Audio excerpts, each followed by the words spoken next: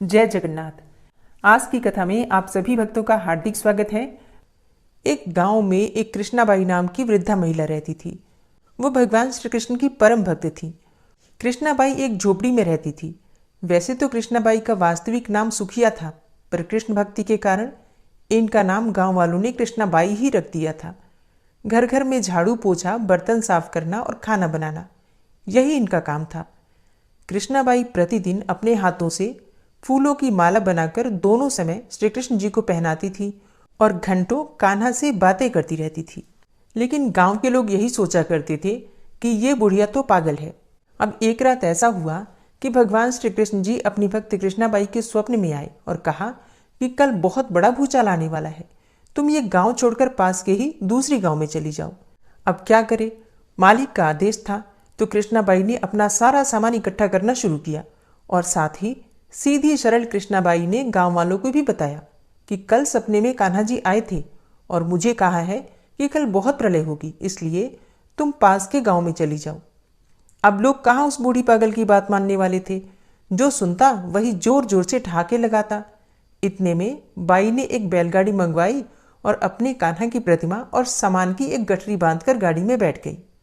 लोग उसकी मूर्खता पर हंसते रहे। बाई जाने लगी। बिल्कुल अपने गांव की सीमा पार करके अगले गांव में प्रवेश करने ही वाली थी कि उसे कृष्ण की आवाज आई, अरे पगली, जा अपनी झोपड़ी में से वो सुई तो ले आ जिससे तू माला बनाकर मुझे पहनाती है। अब ये सुनकर बाई बेचैन हो गई और तड़प गई कि मुझसे इतनी भारी भूल कैसे हो गई। अब मैं अपने कान्हा जी की माला कैसे बनाऊंगी। तो उसने गाड़ी वाले को वहीं रोका और बदहवास होकर अपनी झोपड़ी की तरफ भागी। गांव वाले उसके पागलपन को देखते रहे और उसका खूब मजाक उड़ाते रहे। बाई ने झोपड़ी में जाकर तिनकों में फंसे हुए सुई को निकाला और फिर पागलों की तरह दौड़ती हुई गाड़ी के पास आई। गाड़ी वाले ने कहा कि माई, तू इतनी परेशान क्यों है, कुछ नहीं होना। बाई ने कहा, अच्छा अब जल्दी चल, गांव की सीमा पार कर दूसरे गांव में चल। गाड़ी वाले ने ठीक वैसा ही किया। लेकिन अरे ये क्या, जैसे ही सीमा पार हुई पूरा गांव ही धरती में समा गया। सब कुछ जलमग्न हो गया। गाड़ी वाला भी अटूट कृष्ण भक्त था। येन केन प्रकारेण भगवान ने कृष्णाबाई के साथ उस गाड़ी वाले की रक्षा करने में भी कोई विलंब नहीं किया। इस कथा का एक महत्वपूर्ण बिंदु देखिए कि भगवान जी जब अपने भक्त की मात्र एक सुई तक की इतनी चिंता करते हैं तो भक्त की रक्षा करने के लिए कितना चिंतित होते होंगे। जब तक उस भक्त की एक सुई भी उस गांव में थी, पूरा गांव बचा हुआ था, और जैसे ही भक्त की सुई गांव से बाहर आई, भक्त उस गांव से बाहर आया, पूरा गांव जलमग्न हो गया। सारा गांव प्रलय में डूब गया। इसलिए कहा जाता है कि भरी बदरिया पाप की बरसन लगे अंगार, संत न होते जगत में तो जल जाता संसार। जय श्री राधे। भगवान के भक्तों की कथा सुनने से भगवान में प्रीति बढ़ती है, भक्ति बढ़ती है, और भक्तों के सहारे से ही भगवान की प्राप्ति हो सकती है। इसलिए भक्ति कथाएं, धार्मिक कथाएं नित्य नियम से सुनना चाहिए। ये कथा आपको कैसी लगी कमेंट बॉक्स में ज़रूर बताइए और कमेंट बॉक्स में राधे राधे ज़रूर लिखिए।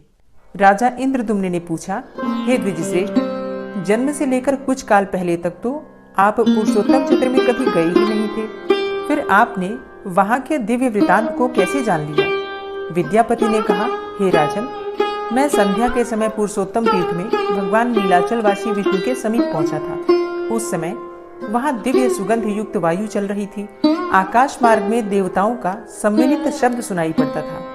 वहां विश्वावसु नामक शबर मेरा मित्र था। उसने दिव्य उपहार, भोजन तथा यह माला मुझे प्रदान की थी। कभी मलिन न होने वाली यह बहुमूल्य माला लक्ष्मी तथा राज्य का सुख प्रदान करने वाली है और दरिद्रता एवं पाप का संहार करने वाली है। इसलिए इसे आपके योग्य समझकर मैं यहाँ लेकर आया हूँ। भगवान विष्णु का वह उत्तम क्षेत्र सब ओर से जंगलों से व्याप्त है। नीलाचल उसकी नाभि अर्थात केंद्र स्थान है और लंबाई और चौड़ाई में वर्ग के हिसाब से 5 कोस तक का बताया गया है। तीर्थराज समुद्र के तट पर उसकी स्थिति है और वह सब ओर से सुवर्णमयी बालुका द्वारा आवृत है। पर्वत के शिखर पर एक बहुत ऊंचा वटवृक्ष है जो प्रलय काल में भी स्थिर रहता है। उसकी लंबाई 1 कोस तक की है और वह फूल और फल से रहित तथा पल्लवों से सुशोभित है।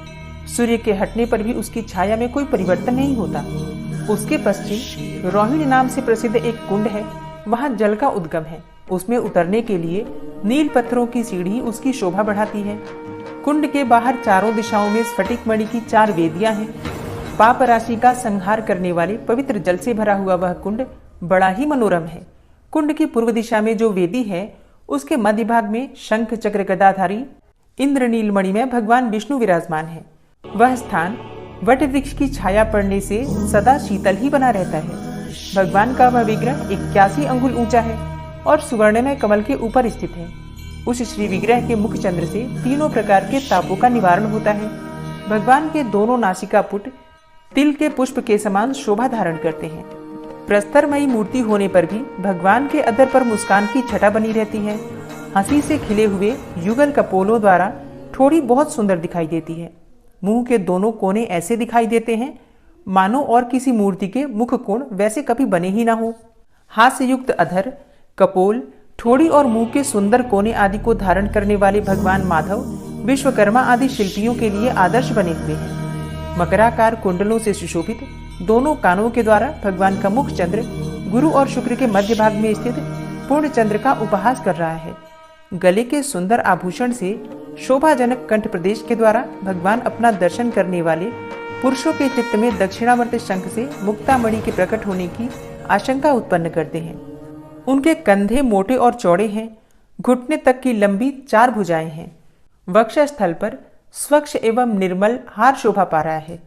दिव्य कौस्तुभ मणि में पड़े हुए प्रतिबिंब के रूप में मानो वे 14 भुवनों को धारण करते हैं।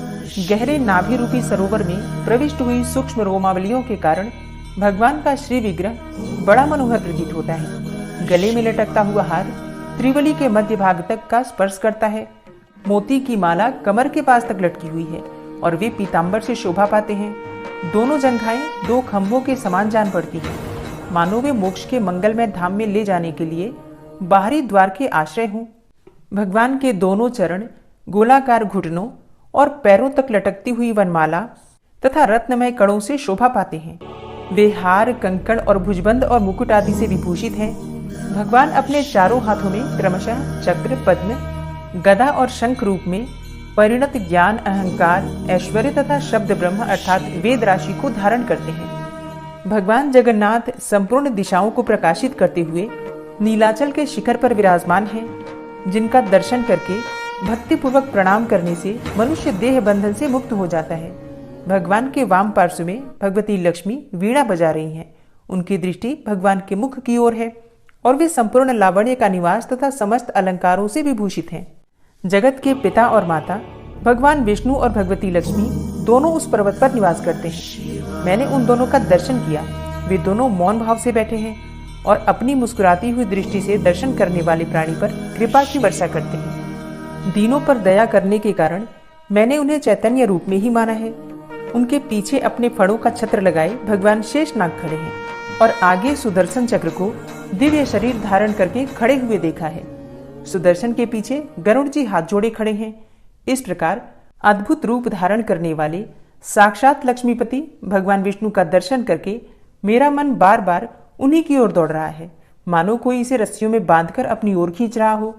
तीर्थ स्थान, तप, दान, देव यज्ञ और व्रतों के द्वारा भी कोई वैसे दिव्य रूप में भगवान का दर्शन नहीं कर सकता। जो लोग निर्मल आकाश की भांति प्रतीत होने वाले पुरुषोत्तम तीर्थ निवासी नील विग्रह भगवान विष्णु का ध्यान करते हैं, वे सब प्रकार के बंधनों से रहित होकर भगवान विष्णु के धाम में प्रवेश करते हैं। जिसने नीलाचल नाथ भगवान का दर्शन कर लिया, वही दानी, वही यज्ञकर्ता, वही सत्यवादी, वही धर्मात्मा तथा वही संपूर्ण गुणों से श्रेष्ठ और समस्त जगत में महान है।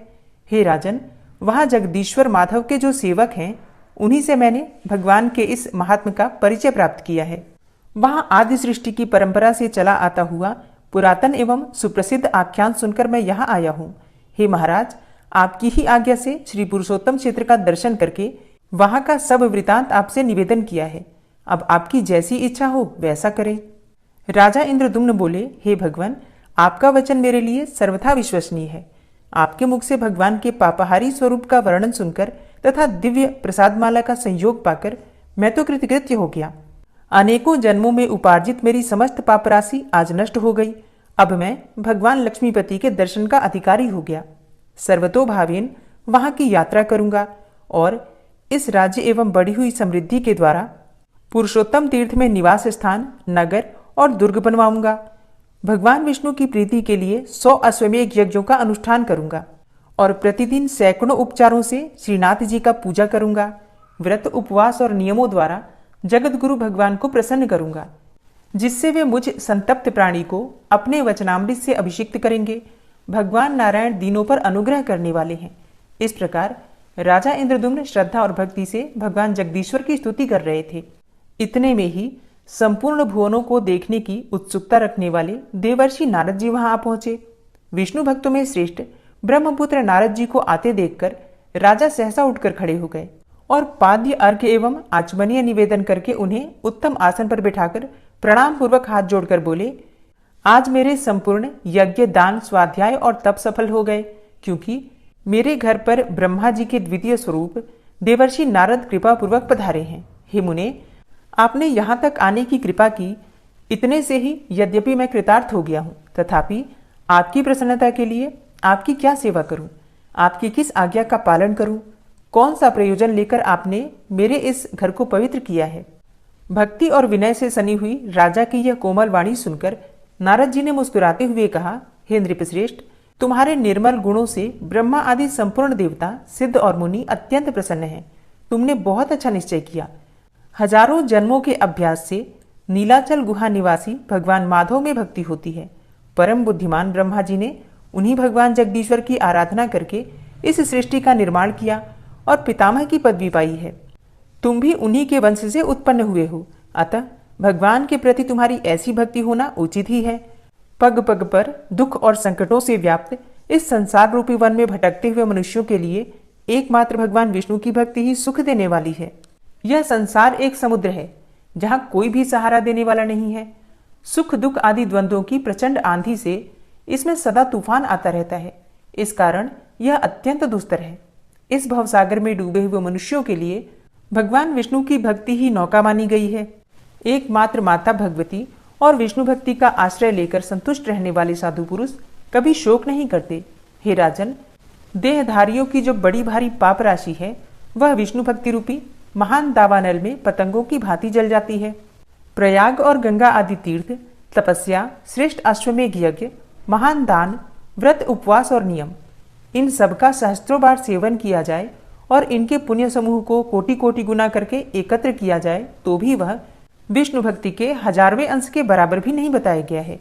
नारद जी के बताए हुए विष्णु भक्ति महात्म्य को सुनकर राजा इंद्रद्युम्न के मन में विष्णु भक्ति का स्वरूप जानने की इच्छा हुई। अतः उन्होंने पूछा, हे भगवान, भक्ति का स्वरूप क्या है, उसके लक्षण का वर्णन कीजिए।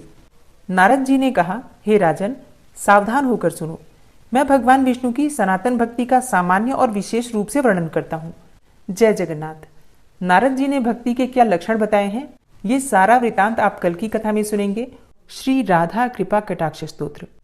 मुनीन्द्र वृंद वंदिते त्रिलोक शोक हारिणी प्रसन्न वक्त्र पंकजे निकुंज भूविलासिनी व्रजेन्द्र भानुनंदिनी व्रजेन्द्र सूनु संगते कदा करिष्यसि हमां कृपा कटाक्ष भाजनम्।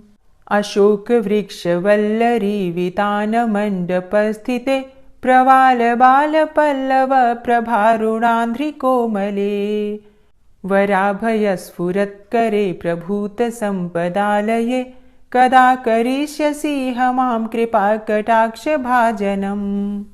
अनंगरंग मंगलम प्रसंग भंगुरम भ्रुवाम सविभ्रमं ससंभ्रमं दृगंत बाणपातनय निरंतरं वशीकृत प्रतीत नंदनंदने कदा करिष्यसि हमां कृपा कटाक्ष भाजनम्। तडित् सुवर्ण चंपक प्रदीप्त गौर विग्रहे मुख प्रभा परास्त कोटि शारदेन्दु मंडले विचित्र चित्र संचर चकोर शावलोचने कदा करिष्यसि हमां कृपा कटाक्ष भाजनम्। मदोन्मदादि यौवने प्रमोदमान मंडिते प्रियानुराग रंजिते कला विलास पंडिते अनन्य धन्य कुंज राज्य काम केलि कोविदे कदा करिष्यसि हमां कृपा कटाक्ष भाजनम्। अशेष हाव भाव धीर हीर हार भूषिते प्रभूत शात कुंभ कुंभ कुंभि कुंभ सुस्तनि प्रशस्त मंद हास्य चूर्ण पूर्ण सौख्य सागरे कदा करिष्यसि हमां कृपा कटाक्ष भाजनम्। मृणाल वाल वल्लरी तरंग रंग दौर्लते लताग्रलास्य लोल नील लोचनावलोकने ललल्लुलन्मिलन् मनोज्ञ मुग्ध मोहिनाश्रिते कदा करिष्यसि हमां कृपा कटाक्ष भाजनम्। सुवर्ण मल्लिकाञ्चित त्रिरेख कम्बुकण्ठगे त्रिसूत्र मङ्गली गुण त्रिरत्न दीप्ति दीधिते सलोल नील कुन्तल प्रसून गुच्छ गुम्फिते कदा करिष्यसि हमां कृपा कटाक्ष भाजनम्। नितंब बिंब लंबमान पुष्प मेखला गुणे प्रशस्त रत्न किंकिणी कलाप मध्य मंजुले करींद्र शुंड दंडिकावरोह शोभ गोरुके कदा करिष्यसि हमां कृपा कटाक्ष भाजनम्। अनेक मंत्रनाद मंजुनूपुरारवस्खलत् समाज राजहंस वंश निक्वणाति गौरवे विलोल हेम वल्लरी विडम्ब चारु चंक्रमे कदा करिष्यसि हमां कृपा कटाक्ष भाजनम्। अनंत कोटि विष्णुलोक नम्र पद्मजार्चिते हिमाद्रिजा पुलोमजा विरिञ्चिजा वरप्रदे अपार सिद्धि रिद्धि दिग्ध सत्पदांगुली नखे कदा करिष्यसि हमां कृपा कटाक्ष भाजनम्। मखेश्वरी क्रियेश्वरी स्वधेश्वरी सुरेश्वरी त्रिवेद भारतीश्वरी प्रमाण शासनेश्वरी रमेश्वरी क्षमेश्वरी प्रमोद काननेश्वरी ब्रजेश्वरी व्रजाधिपे श्रीराधिके नमोस्तुते। इतीममद्भुतं स्तवं निशम्य भानुनन्दिनी करोतु सन्ततं जनं कृपा कटाक्ष भाजनम्। भवेत्तदैव संचित त्रिरूप कर्म नाशनम् लभेत्तदा ब्रजेन्द्र सूनु मंडल प्रवेशनम्। जय जय श्री राधे, जय जय श्री राधे। गजेंद्र मोक्ष पाठ। शुक जी ने कहा कि बुद्धि के अनुसार पिछले अध्याय में वर्णन किए गए रीति से अपने मन को नियंत्रित करके और हृदय को स्थिर करके गजेंद्र अपने पिछले जन्म में याद किए गए सर्वोच्च कार्य और बार बार जप किए जाने वाले स्तोत्र का जप करने लगा। गजेंद्र ने मन ही मन श्री हरि को ध्यान करते हुए कहा कि जिनके प्रवेश करने से शरीर और मस्तिष्क चेतन की तरह व्यवहार करने लगते हैं, ओम द्वारा लक्षित और पूरे शरीर में प्रकृति और पुरुष के रूप में प्रवेश करने वाले उस सर्वशक्तिमान देवता का मैं मन ही मन स्मरण करता हूँ, जिनके सहारे ये पूरा संसार टिका हुआ है और जिनसे ये सारा संसार अवतरित हुआ है, जिन्होंने प्रकृति की रचना की है और जो खुद उसके रूप में ही प्रकट है, लेकिन उसके बावजूद भी वो इस पूरी दुनिया में सर्वोपरि और श्रेष्ठ है। ऐसे अपने आप और बिना किसी कारण के भगवान की मैं शरण में जाता हूँ। अपने संकल्प शक्ति के बल पर अपने ही स्वरूप में रचित और सृष्टि काल में प्रकट एवं प्रलय में अप्रकट रहने वाले इस शास्त्र प्रसिद्धि प्राप्त कार्य कारण रूपी संसार को जो बिना कुंठित दृष्टि के साक्ष्य रूप में देखते रहने पर भी लिप्त नहीं होते, चक्षु आदि प्रकाशकों के परम प्रकाशक प्रभु आप मेरी रक्षा करें। बीतते गए समय के साथ तीनों लोकों और ब्रह्मादि लोकपालों के पंचभूत में प्रवेश कर जाने पर और पंचभूतों से लेकर महत्वपूर्ण सभी कारणों के उनकी परम करुणा स्वरूप प्रकृति में मग्न हो जाने पर उस समय दुर्गेर और घोर अंधकार रूपेण प्रकृति ही बच रही थी। उस अंधकार से परे अपने परम धाम में जो सर्वव्यापी भगवान सभी दिशाओं में प्रकाशित होते रहते हैं, वो भगवान मेरी रक्षा करें। विभिन्न नाट्य रूपों में अभिनय करने वाले और उस अभिनेता के वास्तविक स्वरूप को जिस प्रकार से साधारण लोग भी नहीं जान पाते, उसी तरह से सत्व प्रधान देवता और महर्षि भी जिनके स्वरूप को नहीं जान पाते, ऐसे में कोई साधारण प्राणी उनका वर्णन कैसे कर सकता है। ऐसे दुर्गम चरित्र वाले भगवान मेरी रक्षा करें। अनेकों शक्ति से मुक्त, सभी प्राणियों को आत्मबुद्धि प्रदान करने वाले, सबके बिना कारण हित और अतिशय साधु स्वभाव ऋषि मुनिजन जिनके परम स्वरूप को देखने की इच्छा के साथ वन में रहकर अखंड ब्रह्मचर्य तमाम अलौकिक व्रतों को नियमों के अनुसार पालन करते हैं, ऐसे प्रभु ही मेरी गति है। वह जिनका हमारी तरह न तो जन्म होता है और न जिनके द्वारा अहंकार प्रेरित कर्म ही होते हैं, जिनके निर्गुण स्वरूप का न तो कोई नाम है और न रूप ही है, फिर भी समय के अनुसार जगत की सृष्टि एवं प्रलय के लिए स्वेच्छा से जन्म आदि को स्वीकार करते हैं, उन अनंत शक्ति संपन्न परम ब्रह्म परमेश्वर को नमस्कार है। उन प्राकृत आकार रहित एवं अनेकों आकार वाले अद्भुत कर्मा भगवान को बारंबार नमस्कार है। स्वयं प्रकाशित सभी साक्ष्य परमेश्वर को मेरा शत शत नमन है। वैसे देव जो मन, वाणी और चित्तवृत्तियों से परे हैं, उन्हें मेरा बारंबार नमस्कार है। विवेक से परिपूर्ण पुरुष के द्वारा सभी सत्व गुणों से परिपूर्ण निवृत्ति धर्म के आचरण से मिलने योग्य और मोक्ष सुख की अनुभूति रूपी भगवान को मेरा नमस्कार है। सत्व गुण को स्वीकार करके शांत, रजोगुण को स्वीकार करके घोर एवं तमोगुण को स्वीकार करके मूढ़ से प्रतीत होने वाले भेद रहित, अतएव सदा समभाव से स्थित ज्ञानघन प्रभु को मेरा नमस्कार है। शरीर इंद्रिय आदि के समुदाय रूप संपूर्ण पिंडों के ज्ञाता, सबके स्वामी एवं साक्षी रूप प्रभु को मेरा नमस्कार है। सबके अंतर्यामी, प्रकृति के भी परम कारण किंतु स्वयं कारण रहित प्रभु को नमस्कार है।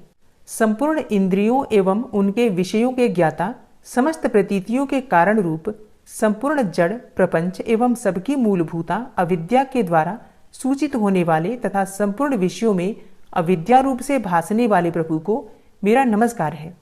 सबके कारण किंतु स्वयं कारण रहित तथा कारण होने पर भी परिणाम रहित होने के कारण अन्य कारणों से विलक्षण कारण आपको बारंबार नमस्कार है।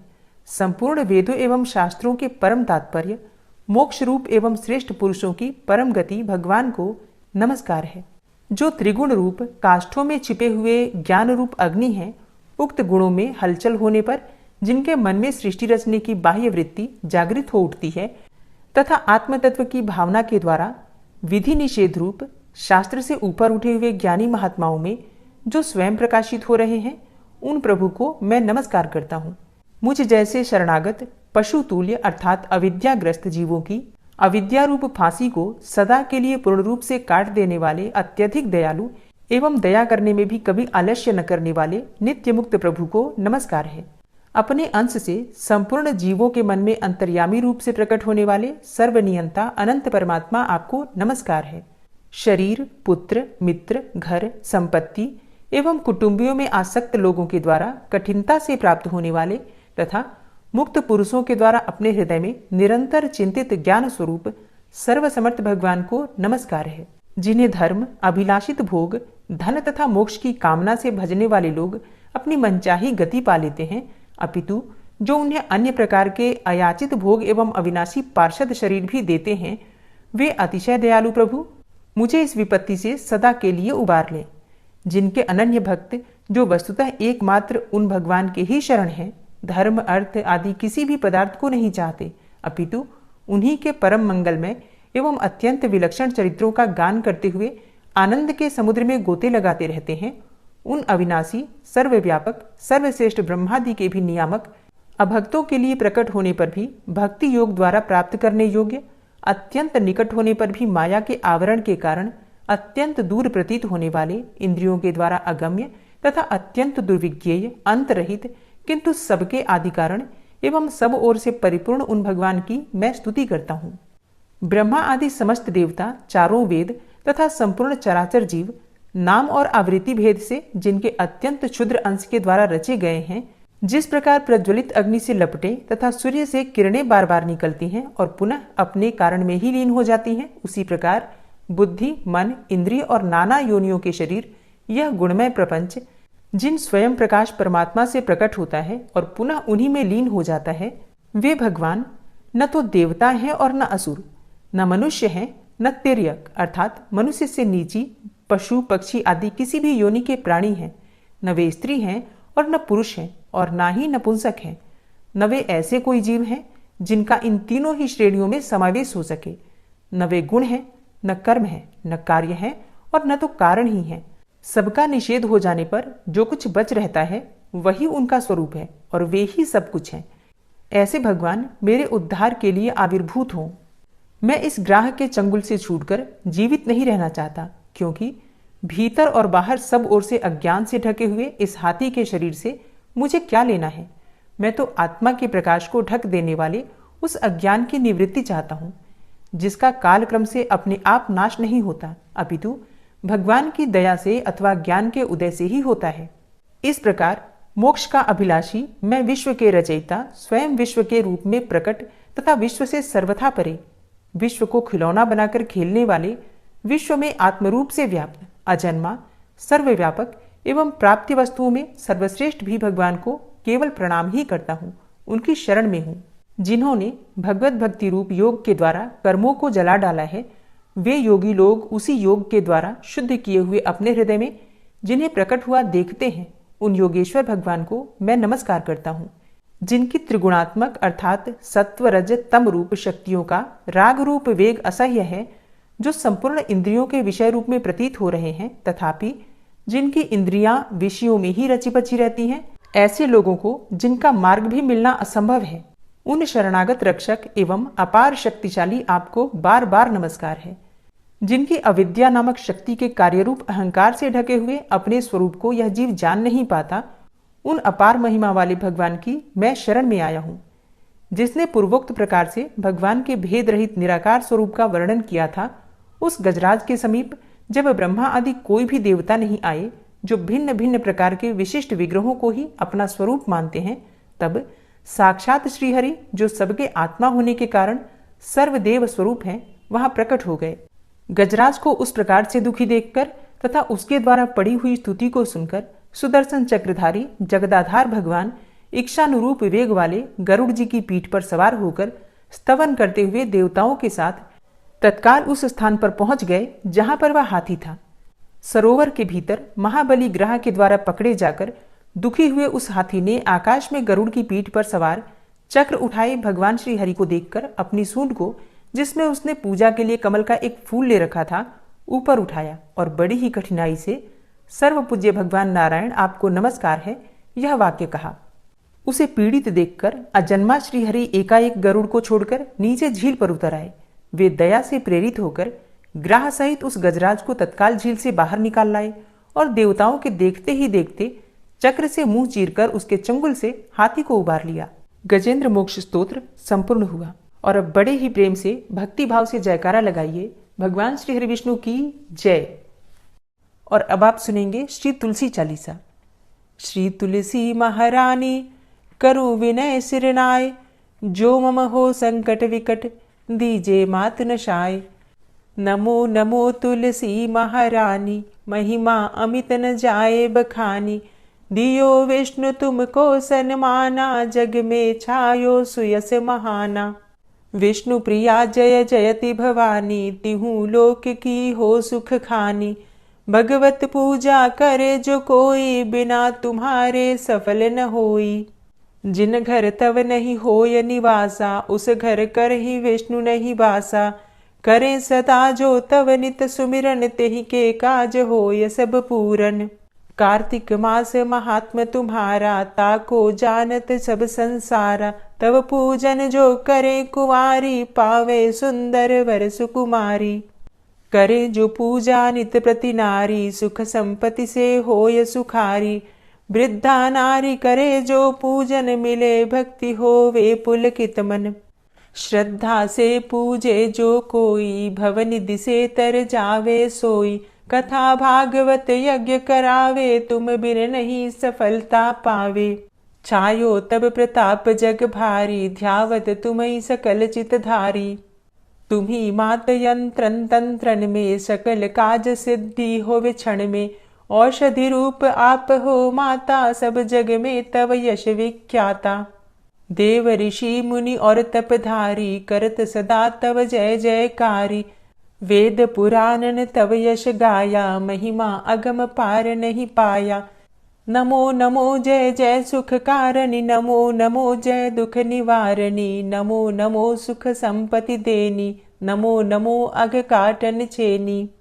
नमो नमो भक्तन दुख हरनी, नमो नमो दुष्टन मद छेनी।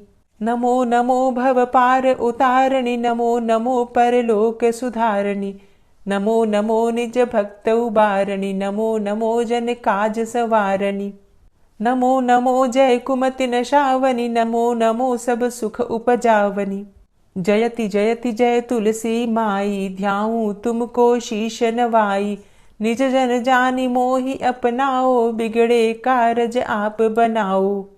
करूं विनय मैं मात तुम्हारी, पूर्ण आशा करहु हमारी। शरण चरण कर जोरी मनाऊं, निश दिन तेरे ही गुण गाऊं। करहु मात अब मोह पर दाया, निर्मल होए सकल मम काया। मांगू मातु यही बर दीजे, सकल मनोरथ पूर्ण कीजे।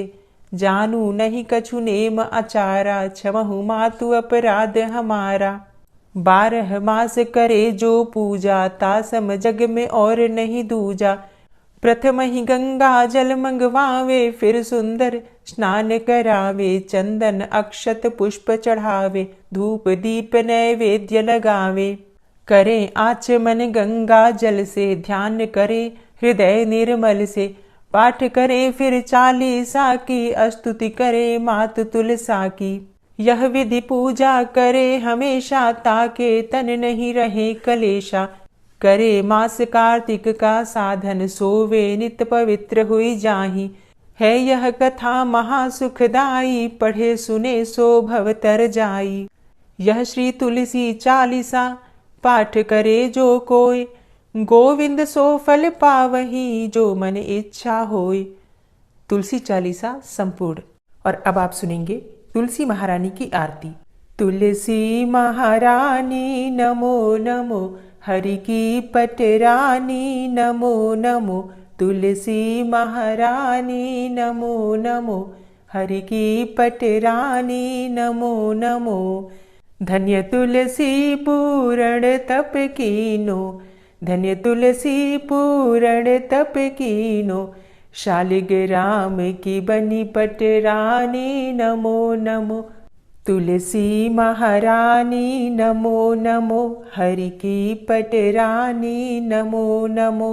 जाके पत्र मंजरी कोमल, जाके पत्र मंजरी कोमल।